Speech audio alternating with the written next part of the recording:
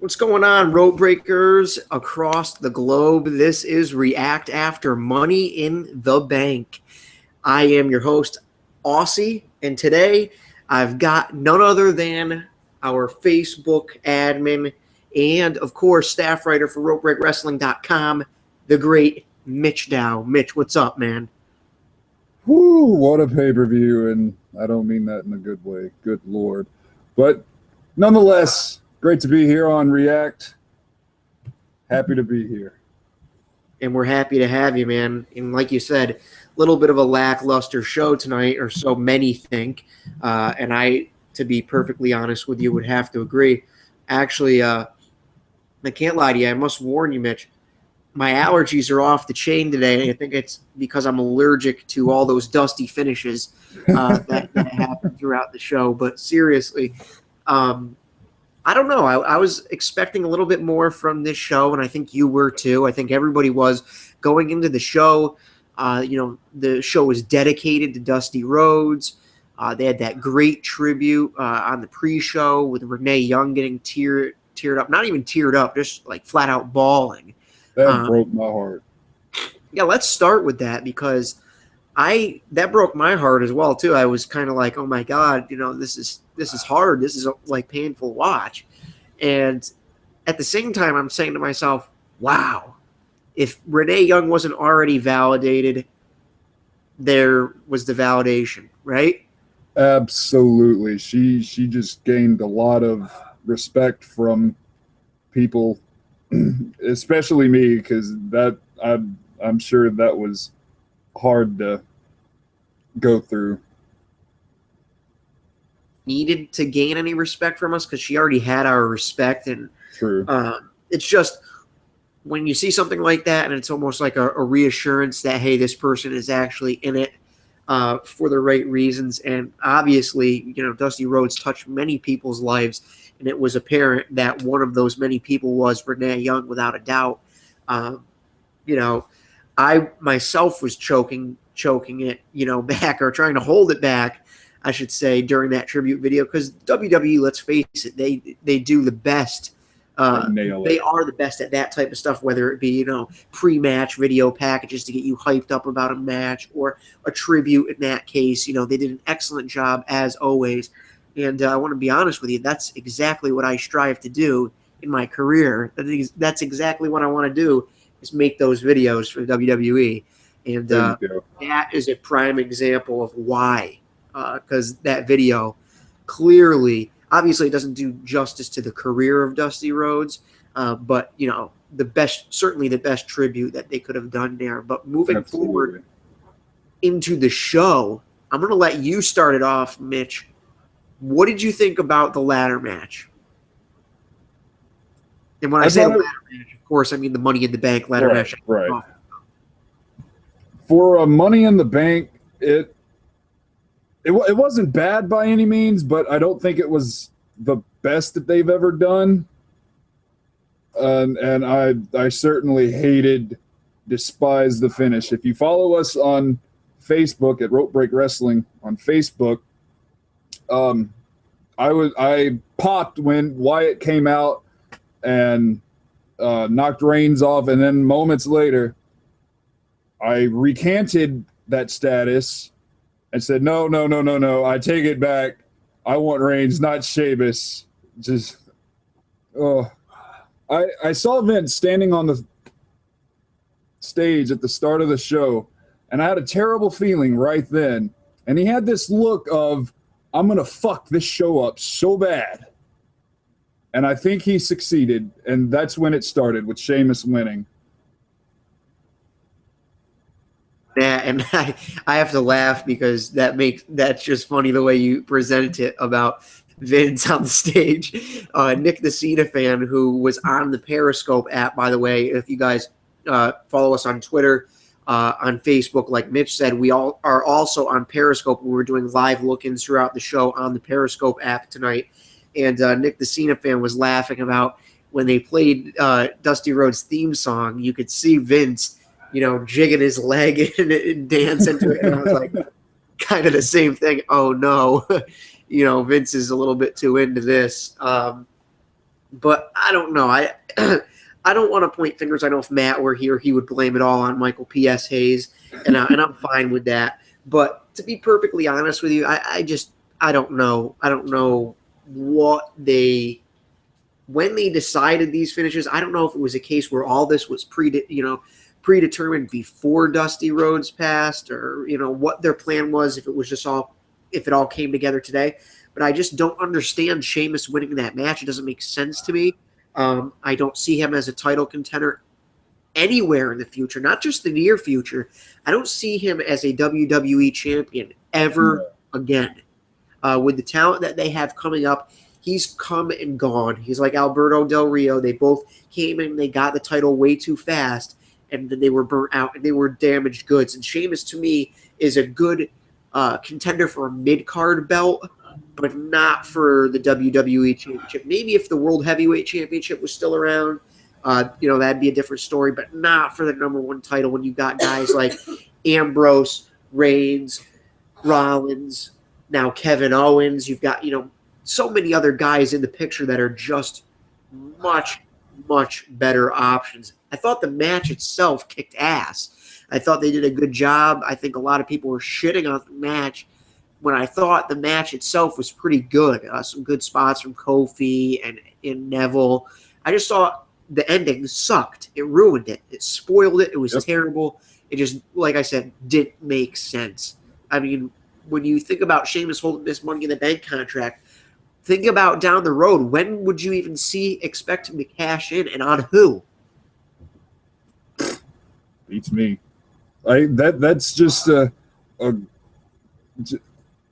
can't even form words. It's just a groan. Because, also on the Facebook page, I was thinking to myself, look at Nikki, but damn it, Sheamus won. That's funny. So not even Nikki Bella took my mind off of it. It's why it makes no sense. I completely agree with what you said over. He's burnt out on number one championship. I wouldn't mind a Sheamus Ryback feud for the Intercontinental title. That's where he belongs. That's where he should stay. It makes no sense for him to have won this. I'm in complete agreement with you, Mitch, as usual. And to be honest with you, another thing that I wanted to touch on quick was Roman Reigns. I know a lot of people were saying, I don't want Reigns to win this match. You even saying, you didn't want Reigns at first, but then after Sheamus won, you were like, I would have rather have had Reigns. I think Reigns was the best logical choice in this match to win. Even if people didn't want him to win, I think he made the most sense to win. Absolutely. Had they, and I know you said this on the Facebook page, and you said Alec had said if the Money in the Bank match led off, then we would see a cash in later. I thought it was set in stone. We were going to see Reigns win it and then cash in on either Ambrose or Rollins at the end of the show. And, that would have been a much, much more interesting way of doing it. Now I just don't give a shit about the Money in the Bank briefcase. It doesn't matter to me whatsoever. And it's kind of like, I almost wish Sheamus cashed it in and lost tonight and we can just get it out of the way and, move on. Like, fuck, this pay-per-view never even happened.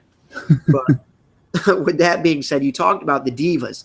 That's another thing I wanted to talk about, obviously. They got 11 minutes tonight, which is a step in the right direction. I thought the match was very well done between Nikki and Paige, but again, a fucked finish. Yep. I just, the match itself was great. It went 11 minutes. They told a story in the ring. And then, at the end, they got lazy. They used the twin magic again, which I'm not even against that.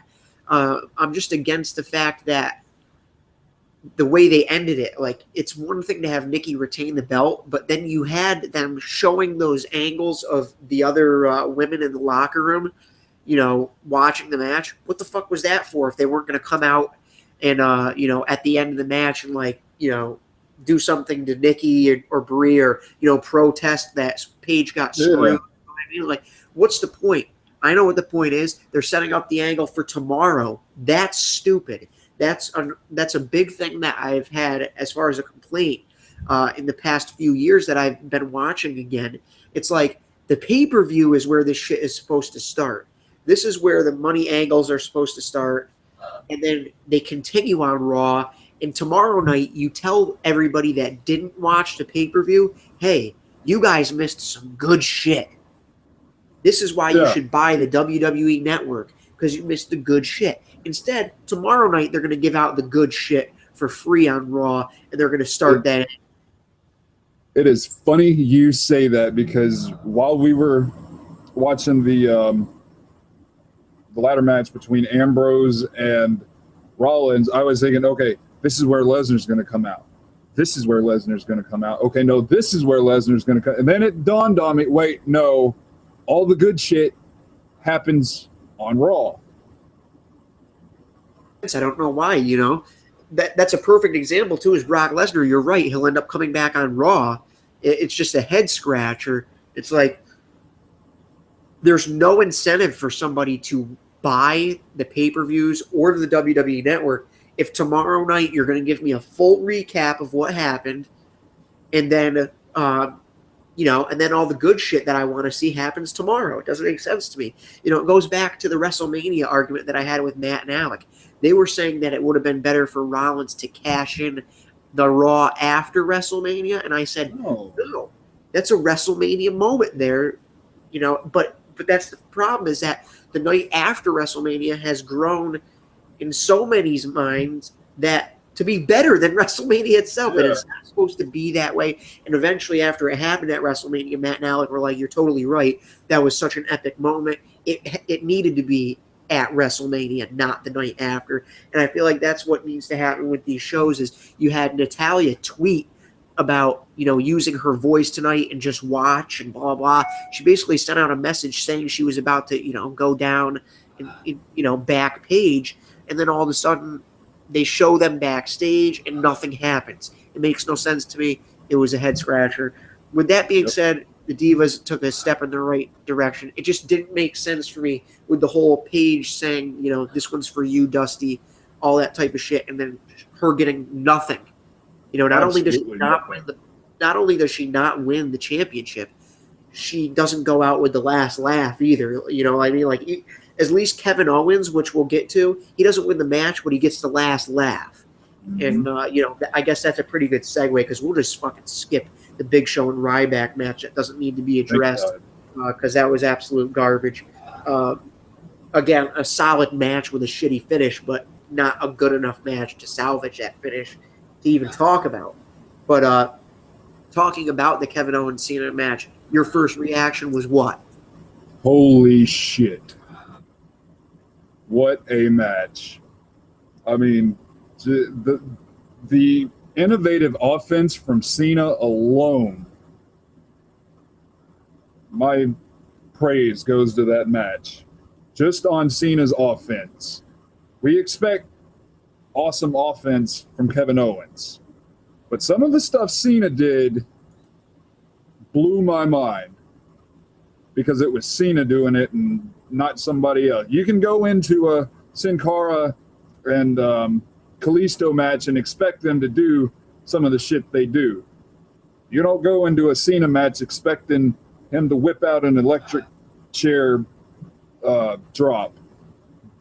Yeah, that's the thing, is like a lot of people don't get the psychology behind WWE and their matches and shit like that. It's like, oh, well, Cena only has a limited moveset. Well, so did Stone Cold Steve Austin, and so did The Rock. That doesn't mean they're actually limited to that moveset. Those are the moves that make the most sense for that character.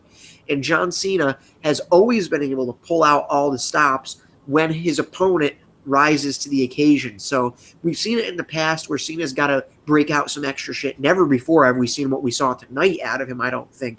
But Kevin Owens, again, that's Cena putting Owens over subtly. You know, people say, Cena got the win. That's bullshit. This sucks, blah, blah, blah. No, what you don't get is Kevin Owens got much more than a win in that match. Cena having to pull out all those stops alone is better than beating John Cena. Didn't Curtis Axel beat John Cena last year or some shit like that? A win is not always the fucking most important thing. That's what people don't get. The fact of the matter is, like you said, we saw some shit from John Cena tonight, the electric chair drop, the Canadian Destroyer. We just saw some crazy stuff that you've never seen John Cena do, and it's because he's saying to us through his moves, I've got to dig deeper.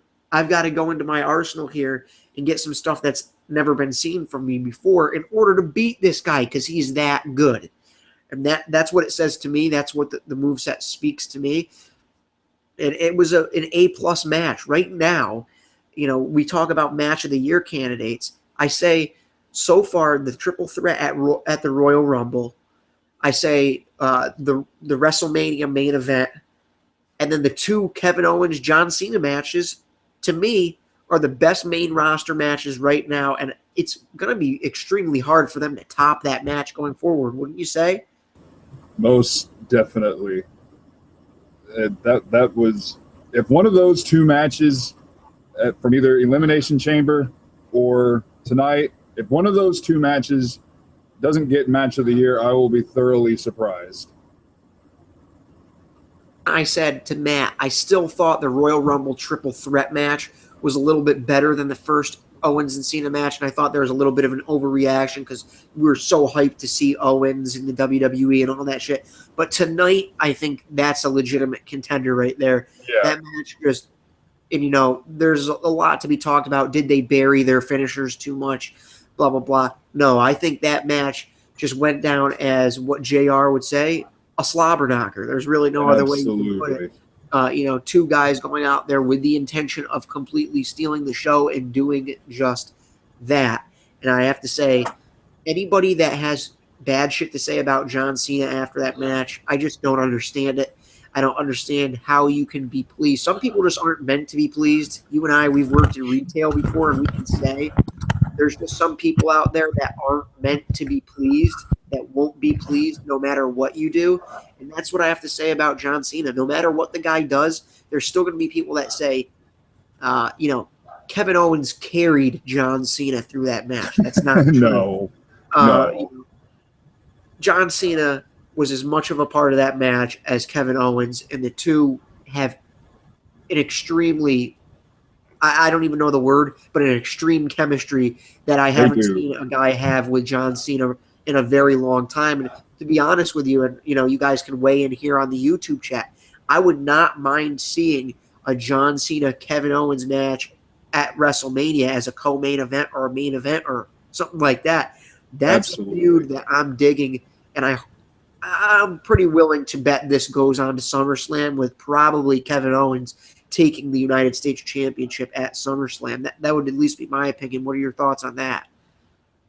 I absolutely agree, and that would be a great segue because we know Owens is going to drop the title so that he can fully transition to the main roster.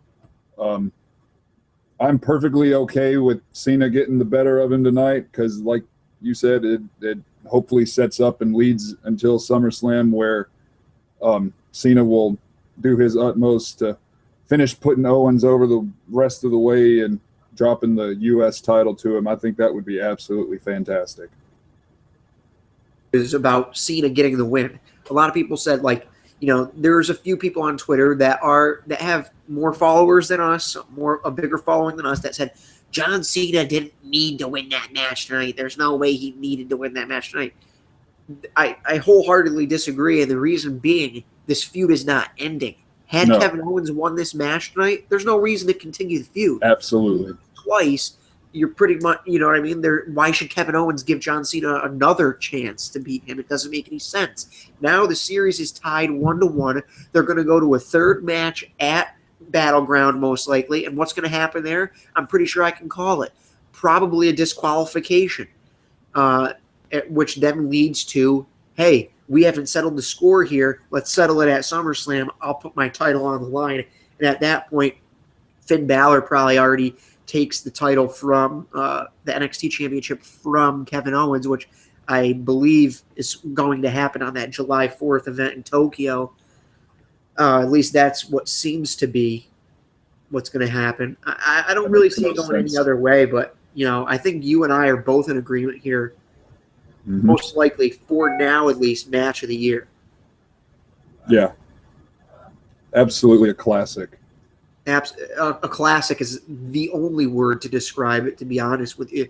That's one that's going to be watched over and over on the WWE Network by myself and many other fans for a long time to come. The match I had to follow that. Holy shit. I'm saying to myself, I'm saying to Nick Messina fan. But my deepest condolences to the New Day and Primetime Players, but I have to say, WWE did a great job booking this, and you're not going to hear me say those words in succession many times. WWE did a great job booking that match in front of the New Day match, because the New Day, they are just heat seekers no matter what. When they come out, they're going to get the reaction, they're going to get the heat, and that's what their job is, and they're doing a damn good job at it.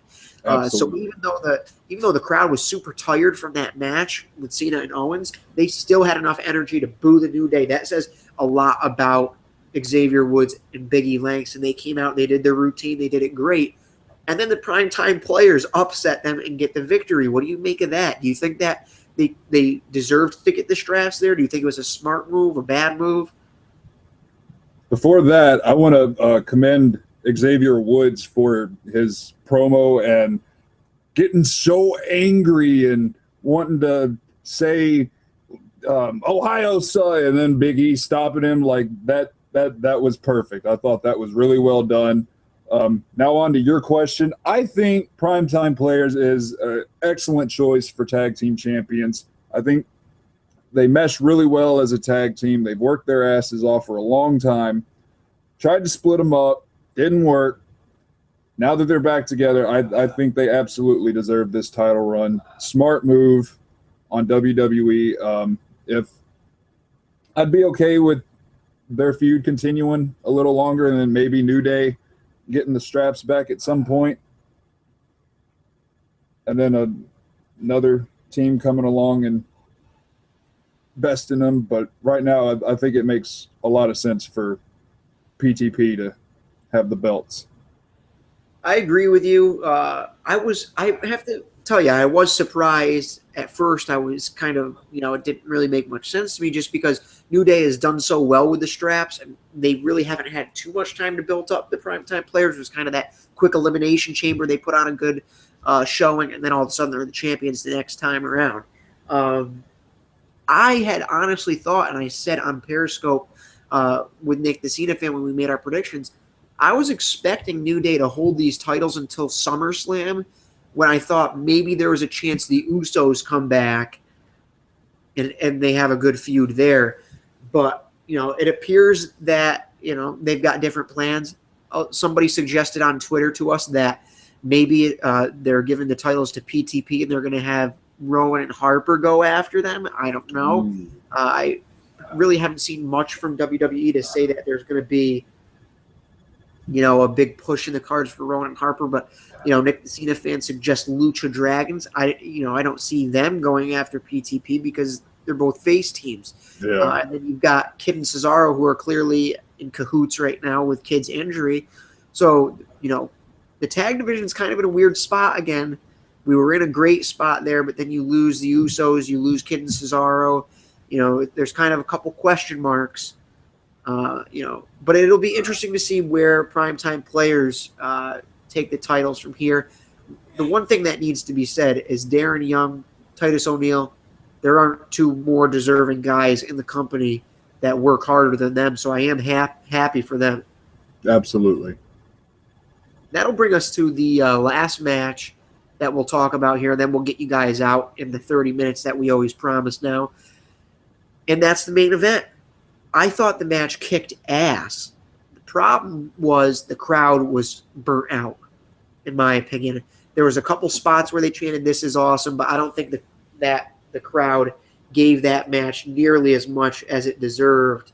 Ambrose and Rollins just laid it all on the line there.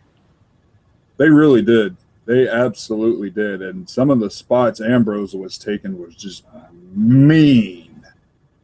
Good Lord. The power bombs into the barricade, onto the ladder, you can't fake having steel chairs thrown on you. Yeah, you're 100% right there. The thing that makes me scratch my head is you look at the Cena Owens match. You see the pop-up power bomb. People are marking out for that. That's the best thing since sliced bread, blah, blah, blah. But then you see Rollins power bomb into the barricade, which looks more devastating to me. And people really don't, go nuts for it. Maybe it's just because people don't like Rollins as much. I feel like there's a lot more Ambrose marks than there are Rollins marks. But that's just a devastating maneuver, and it causes me to say, is that really less dangerous than the curb stomp?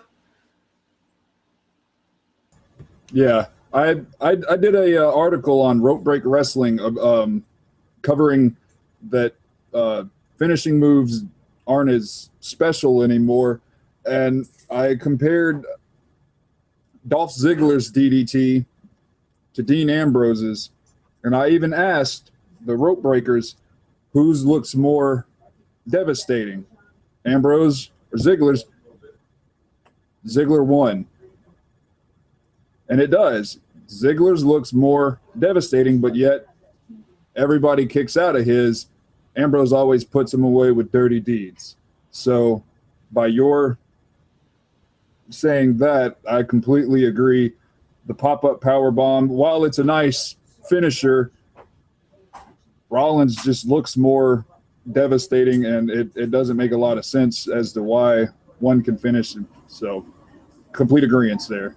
Well, you want to talk about that? How about Bray Wyatt putting Roman Reigns away with one sister Abigail, and then we've got Kevin Owens taking like 12 attitude adjustments. You know what I mean? I'm not that nitpicky about it. I know Matt would probably get on the case about that because he's a little bit more the traditional side than I am.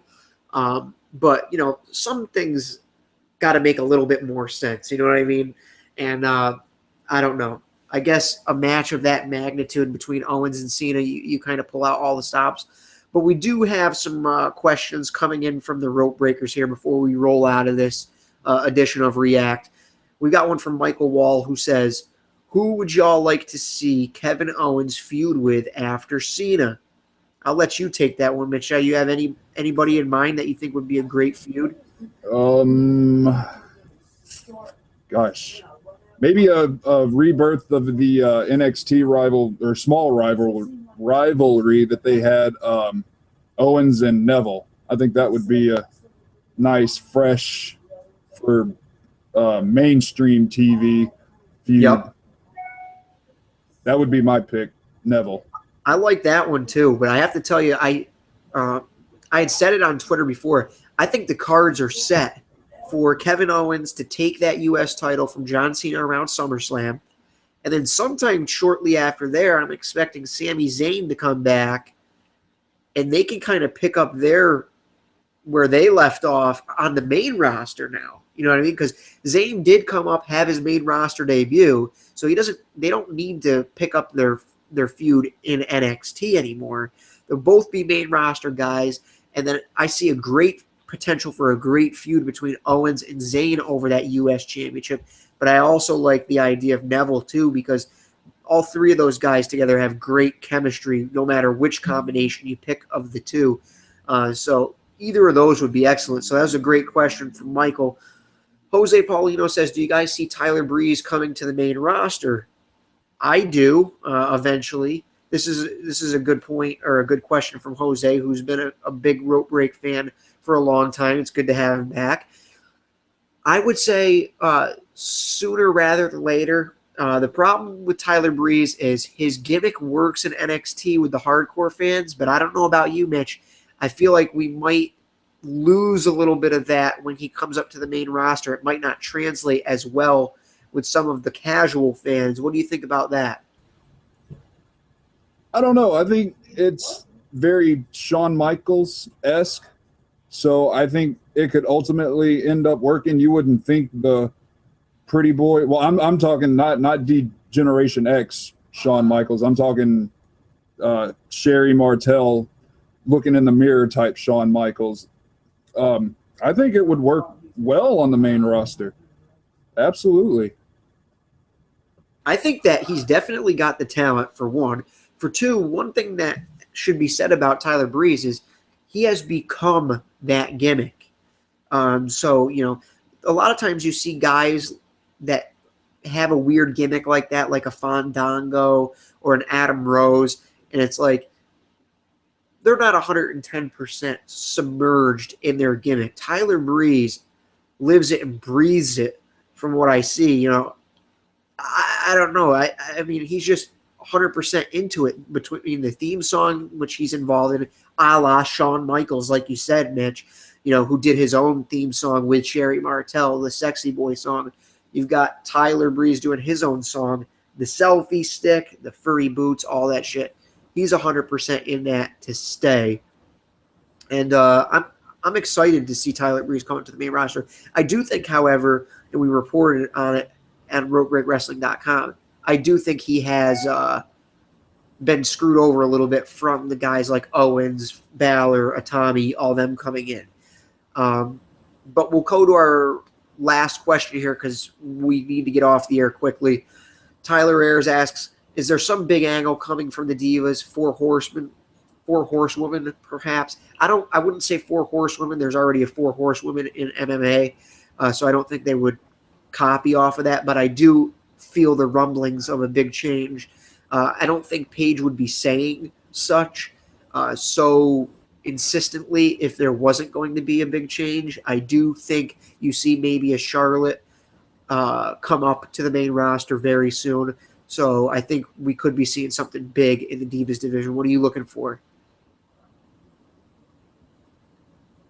Just improvement overall, man. I'm such an advocate of women's wrestling because it can be just as good as the guys, if not better. And you see what they're doing down in NXT. We see it. We know how good it could be. And they're just they piss away some of these matches. Like, granted, like tonight, they did get 11 minutes, which is a hell of a lot better. That's almost doubled the last pay-per-view match. If I recall, it was 6 minutes for Paige and Naomi and Nikki Bella. So they doubled the time, which is good. But once the NXT Divas start coming up, I definitely see a resurgence of the Divas division. Yeah, I think we're on the road to something good, but that all remains to be seen tomorrow with Raw. And we'll be back tomorrow night. Maybe we'll have Mitch back on the show if he's feeling up to it. That's probably going to depend on how the show goes tomorrow, that being Raw. But we should see the return of Matt Donato as well tomorrow. Tomorrow night, of course, I'm referring to React After Raw. We'll be back on the air immediately following Monday Night Raw right here on this channel. So if you haven't subscribed, go ahead and do so. And do us a favor right now while you're still watching. Please hit that thumbs up button for us and just submit a comment. Let us know what you thought of the show, where we can improve. Let us know if we suck, if you think the show is Bundy, you're never going to watch again. Let us know what you think, whatever it may be. We did constructive criticism too, because at the end of the day, I say this all the time, we're just fans, just like you guys. This is a site and a show for fans, by fans. And Mitch, it's been great having you, dude. Appreciate it. Been great being on. Love every time. Get to throw in some input, make some jokes, hang out with the great one, AuSSy. It's always a good time here on React, and tomorrow we'll be back with React After Raw, like I said, immediately following Monday Night Raw. Until then, you can find more videos on this channel here. You can check out what Mitchdow was saying during the pay-per-view on Facebook.com/RopeBreakWrestling. And you can follow us on Twitter at RopeBreakWrestling. Also search RopeBreak WWE News on the Periscope app for cool insights during pay-per-views. And of course, if you can, feel free to donate and become patrons on our Patreon.com at Patreon/RopeBreak. Until tomorrow night, that's Mitch Dow. I am AuSSy, and this has been React After Raw. Take care, guys.